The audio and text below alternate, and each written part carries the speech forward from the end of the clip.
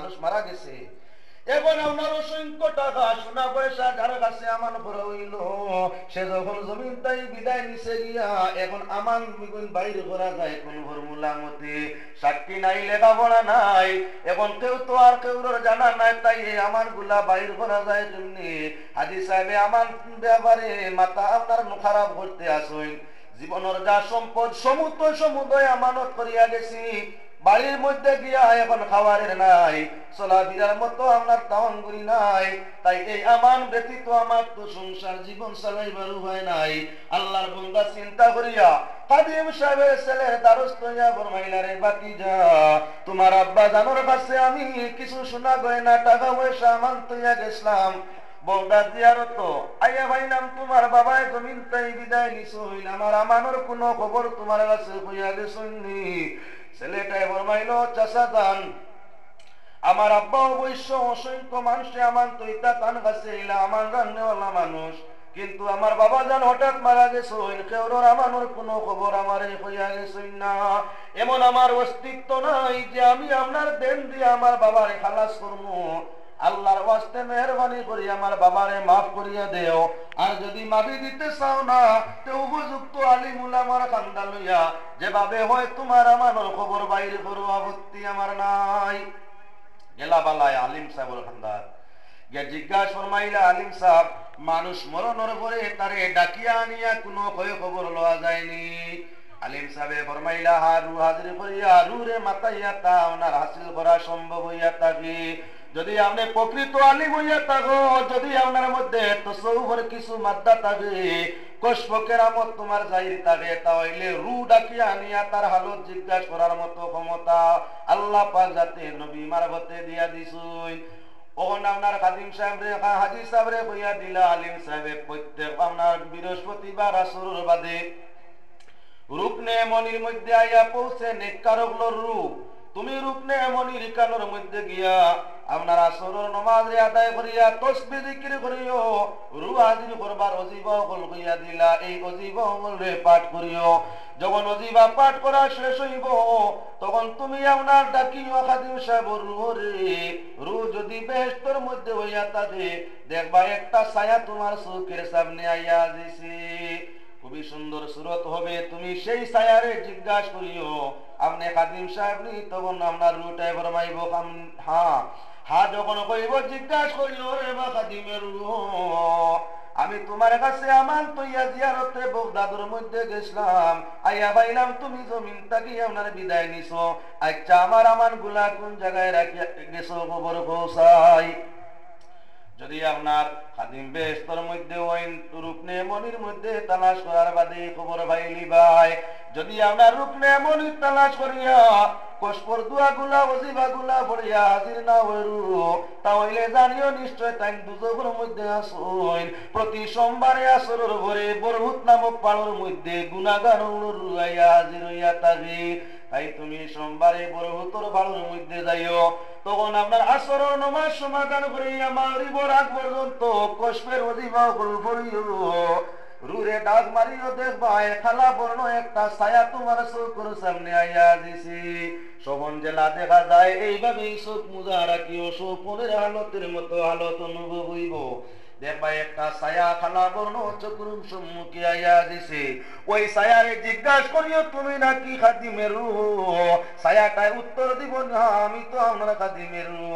তখন জিজ্ঞাসা করিও তোমার আমানের সমানোর সন্ধান সেই রুহে হইয়া দিব।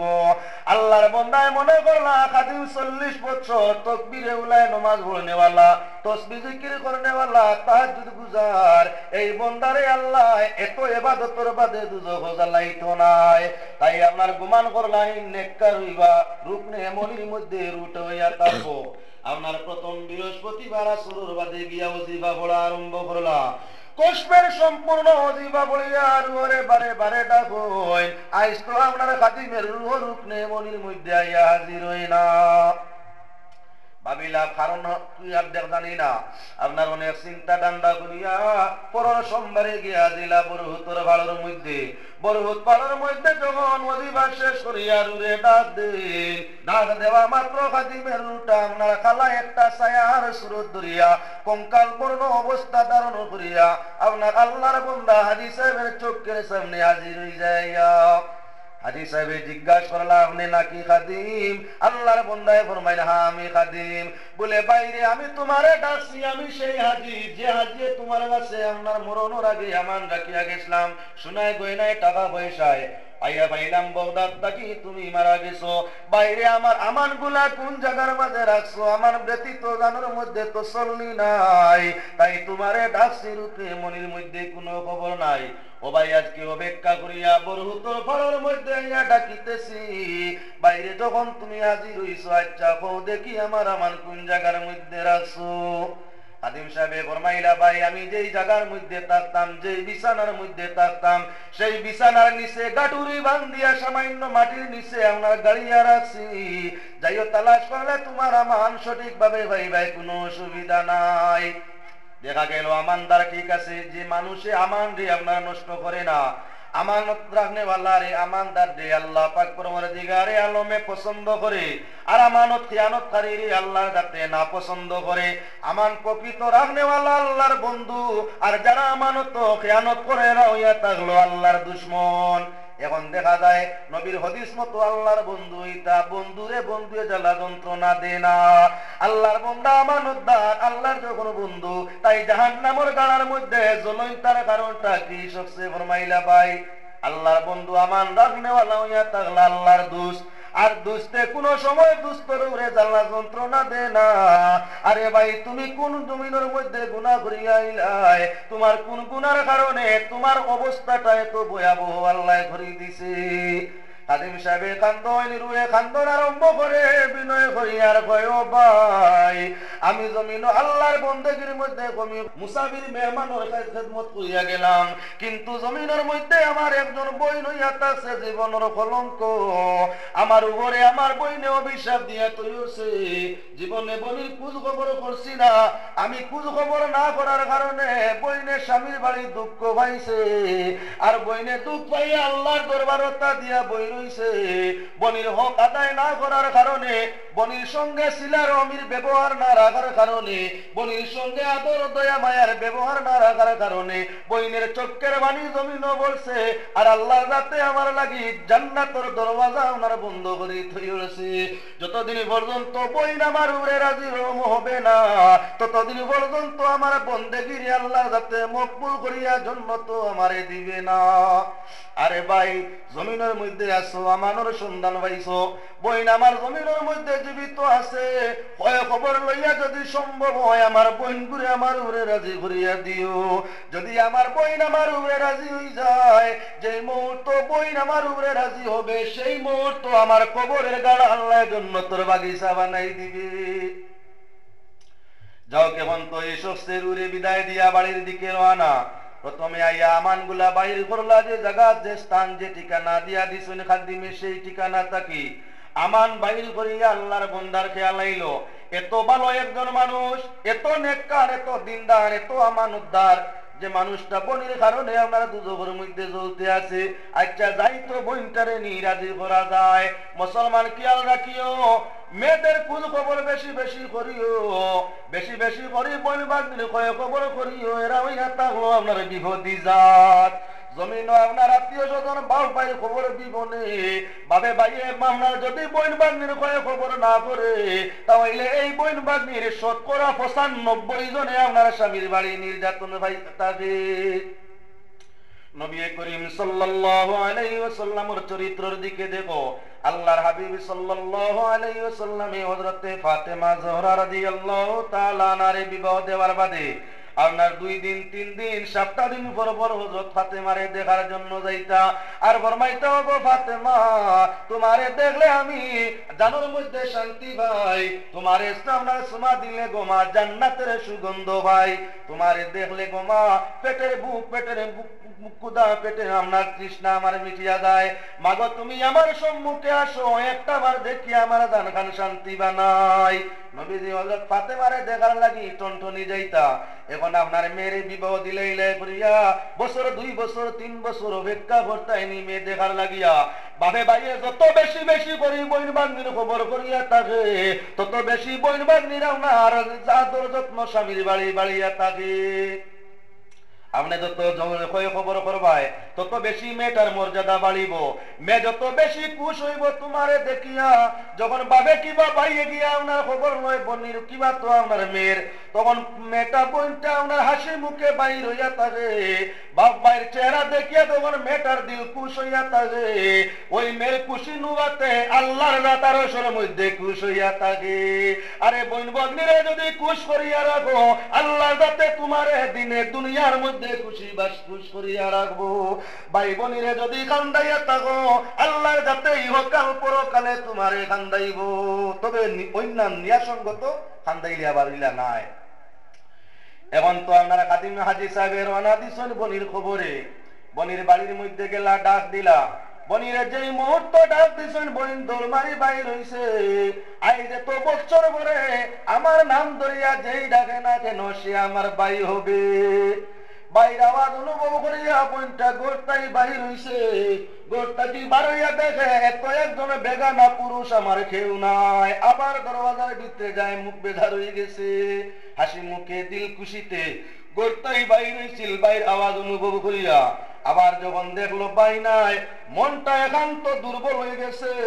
আসমানের মেঘর সাগা যেমন আল্লাহর বন্দির মাথার মধ্যে ভরছে। আবার ঘরের মধ্যে ঢুকিয়া যায়।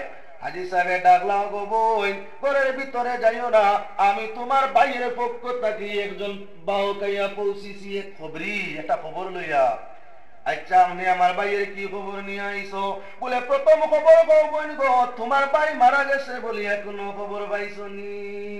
আল্লাহর বন্দি যেই মুহূর্ত বনির খবর ভাইয়ের খবর পাইছেন যে জমিন ভাই নাই মারা গেছই। আরে ভাই তুমি যতই দিন বাসো তোমার বনিরে, তোমার ভাইয়েরে, তোমার বাইগনা বাগনি বাতিজা বাতিজি রে, যেদিন তোমার মরণের সংবাদ তারা ভাই নিব, দুনিয়ায় কেউ তোমার খান্দার মধ্যে বইয়া কান্দিত নাই, ওই তোমার ঘনিষ্ঠ আত্মীয় স্বজন ভাই আর বইনে কান্দাত বইয়া কান্দিব। আইজ আপনার যখন মেয়েটা শুনছে আব্বাই জমিনের মধ্যে নাই, যেমনি চিৎকার দিছে আফসোস মনের মধ্যে ছিল, আমার যদিও জীবনে ভাইয়ে খবর করে না, মরণের পরে আমারে বইয়া কুটি মাটি উপরে দিব। ইহা তোকে না পারলে কিছু আয়াত সূরা তিলাওয়াত করে আমার মাগফিরাত চাইব। আফসোস জমিন আমারে তৈয়া আমার ভাইয়ে বিদায় নিল, এমন দুঃখ করবে আবার মরণের সংবাদটা পর্যন্ত কেউ আমারে দিল না। এই দুঃখের দুঃখী হইয়া বই জমিনের মধ্যে বেহুশ হইয়া পড়ছে। হুশ যখন হইল, হাজি সাহেব ফরমাইলা, বইন গো শুধু মরণের সংবাদ নিয়ে আইছি না, তোমার ভাইয়ের কাছে আমানত ইসলাম ভালো মানুষ জানিয়া এমত অবস্থায় আমানত হইয়া গেছিলাম আমি বগদাদ শরীফ বড়বীর সাহেবের জিয়ারত। আইয়া পাইলাম তোমার ভাইয়ে জমিন তাই বিদায় নিছই না, আমার আমানোর কোনো সন্ধান নাই। ওই আমান তালাশ করতে গিয়া, আমানোর সন্ধান পাইতে গিয়া আলিম উলামার দ্বারস্থ হইয়া খবর কোষ করু হাজিরের আপনার মাসলা হল শিক্ষা নিলাম। রুহ হাজির করবার অজিবা হল বলিয়া রূপনে মনি জাহানের মধ্যে নেককার হলো রুয়াইয়া যে তোমার বাইরে ডাকিলাম। আমার মনের গুমান তাহাজ্জুদ গুজার, ইবাদত গুজার, 40 বছর খানায় কামার খাদিম, তাকবীরে উলায় জমাত করে নেওয়ালা, ইলাকার মানুষ আল্লাহ দুজো করে গুন্দি জ্বালাইতো নাই। তাই আমি যখন গিয়া এই ডাকা আরম্ভ করলাম, আসর তাই মাগরিব পর্যন্ত ডাকিয়া সময় যায়, তোমার ভাইয়ের কোনো আওয়াজ নাই, লোয়া নাই, হাজির হয় না। পরবর্তী সময় আলিম সাহেবের বাতাইল ফর্মুলা মতে বরহুতর বাড়ো গিয়া ডাকা আরম্ভ করছি। যখন বরহুতর বাড়ো গিয়া ডাকিলাম, ডাক দেওয়া মাত্র তোমার ভাইয়ের রূহ হাজির হইছে। দেখতে পাইলাম মানুষ যেভাবে আপনার কোন জিনিস জ্বালাইতে জ্বালাইতে আগুনে যেভাবে আপনার লাগিয়ে একদম লারাত করিয়া আঙ্গার একদম আপনার কঙ্কাল বানায়, এভাবে তোমার ভাইয়ের শরীরে গোশত মাংস সমুদ্র শুকাইয়া আগুনে জ্বলতে জ্বলতে খালা কয়লা টুকরা তাকি আরো মারাত্মক হয়ে রইছে। একদম একদম দুর্বল অবস্থা। দেখতে দেখা যার কি পরিমাণ জেল যে চলছে তার কোনো সীমা নাই। বৈনগ প্রথম আমি আমানোর কয়ে খবর লইলাম, দ্বিতীয়ত দুজক জ্বলার কারণটা তোমার বাইরে জিজ্ঞাসা করলাম। তখন তোমার বাইরে ফরমাইলা, ও হাজী সাহেব, জীবনে আল্লাহর বন্দেগীর মধ্যে ত্রুটি করছি না, নমাজ রোজা হজ্জ যাকাত সদকা খয়রাতের মধ্যে ত্রুটি করছি না, লেকিন আপনার জবিল কুরবা যারা আছেন আত্মীয় স্বজন, আল্লাহর নির্দেশ ছিল তাদের সঙ্গে সুসম্পর্ক। আমার একজন বোন ছিল, তার সঙ্গে সুসম্পর্ক রাখছি না, বোনের খোঁজ খবর করছি না, স্বামীর গরু নির্যাতিত পীড়িত হইয়া আমার বইনে কান্দিছে, বোনের চোখের পানি জমিনের মধ্যে পড়ছে, যার কারণে আল্লাহ নারাজ হইয়া আমার বন্দেগীরে বেকার করিতে হইছে। যতদিন পর্যন্ত বৈরাজি রহম হবে না, ততদিন পর্যন্ত আল্লাহর বন্দেগী আল্লাহর দরবারও মকবুল হবে না। বৈন গো, তোমার ভাইয়ের দুরবস্থা দেখিয়া আমি অবশ্য ওয়াদা করি আইছি তোমার কাছে আইয়া মাফি চাওয়া। ও গো বোন, যতই সেটাই না কেন তোমার ভাইয়ে তোমারে বড়ায় মেহরবানি আল্লাহর ওয়াস্তে তোমার ভাইয়ের ক্ষমা করো। বইনে যেই মুহূর্ত শুনছে ওনার ভাইয়ের আযাবের হালত অবস্থা হল, ফরমাইল, ওরে আল্লাহ, তোমার বান্দা হাজী সাহেবের সাক্ষী করিয়া তোমার পাক দরবারের মধ্যে খুঁজিতেছি, আমার ভাইয়ের দুঃখ দিলে জমিনও আমারে দুঃখ দিছে, তোমার নামে আমার ভাইয়ের তোমার আমার ভাইয়ের গুনারে ক্ষমা করে দিছি, আমার ভাইয়ের যে বেদয়া আমার রূপে হইছে, আল্লাহ আমি আমার ভাইয়ের রূপে খুশ হয়ে গেছি, তুমি আল্লাহ খুশ হইয়া আমার ভাইয়ের কবরের গাড়ার জন্য তোর গাড়া বানাই দেও। যে মুহূর্ত বইনে চোখের পানি বালাইয়া ভাইয়ের আযাবের সংবাদ শুনিয়া চোখের পানি বালাইয়া জমিনের মধ্যে কান্দিছে। আরে বনির চোখের পানি জমিনও পড়া আর জবানি মাফ করে দেওয়ার কথা মুখ উচ্চারণ করা মাত্র আল্লাহ যাতে খাদিম সাহেবের কবরের গাড়া জাহান্নামের বাগিচারে জান্নাতের বাগান বানাই দিলাইছে। সুবহানাল্লাহ। কিলা বুধবাইলা আযাব মা হইল করিয়া বলে হাজী সাহেব আবার রওনা। এই রুকনে মনির মধ্যে বৃহস্পতিবারে যায়, দেখি কবরের আযাব নিমা হইছে। আবার যখন অজিবাবল পাঠনতে আল্লাহর বান্দার উরে ডাক দিছেন, গতদিন কোন ডাকের সঙ্গে একটা কঙ্কাল বিপত্তি রুয়াইয়া সামনে হাজির হইছে। আজকের ডাক দেওয়ার সঙ্গে সঙ্গে বোঝা যায় যেমন আপনার একজন পূর্ণিমার চন্দ্র সম্মুখের মধ্যে উদিত হইছে, এমন একজন রূপ, এমন পুষ্পা শান্তি সম্পূর্ণ বোঝা যার যেমন যায় জীবনের মধ্যে কোনো কষ্টের সিটাও বুঝবাইছে না।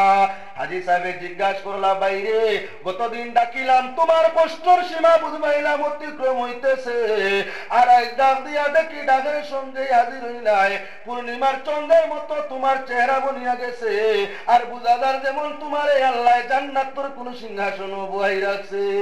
খাদিম সাহেব ফরমাইন, বাইরে আমার বন্দেগী ওই মুহূর্ত আল্লাহ কবুল ফরমাইছে, যে মুহূর্ত আমার বইনে আমার দয়া গুনাহ ক্ষমা করিয়া দিছে, যে মুহূর্ত বইনে চোখের পানি আমার আযাবের খবরে শুনিয়া ভালাইছে, আর জবান দিয়ে আল্লাহর দরবারে আমার মাফির তো আপনারা দোয়া করছে, সেই মুহূর্তই আল্লাহর কাছে আমার কবরের জাহান্নাম আগুনের জান্নাতের বাগিচা বানাই দিলাইছে। কত ভাইয়ে ভাইয়ের কারণে কান্দে, কত ভাইয়ে বোনের কারণে কান্দে, কত বইনে ভাইয়ের কারণে কান্দে। মুসলমান লক্ষ্য করিও, নিজের রক্ত মাংস দিয়েও বাইরে খুশ করার চেষ্টা রাখিও, নিজে না খাইয়া নিজের বাইরে সুখী করার চেষ্টা রাখিও, নিজে না খাইয়া না বিন্দিয়া বোন বাগ্নির দিল জুগাইবার চেষ্টা রাখিও। আত্মীয় স্বজন ভাই বোন বিবি বাচ্চা যদি আপনার তারা লোকরে আদায় করে খুশ করিয়া থাকো, ইমান তোমার তাজা হইলে ওদের খুশি আর নেক আমলের বিনিময় জন্য তোমার আল্লাহর কাছে ওয়াজিব করিতে হইছে। পড়েন দুরূদ শরীফ, আল্লাহুম্মা সাল্লি আলা মাওলানা মুহাম্মদ ওয়া আলা আলি সাইয়্যিদিনা মাওলানা মুহাম্মদ। আল্লাহুম্মা সাল্লি আলা সাইয়্যিদিনা মাওলানা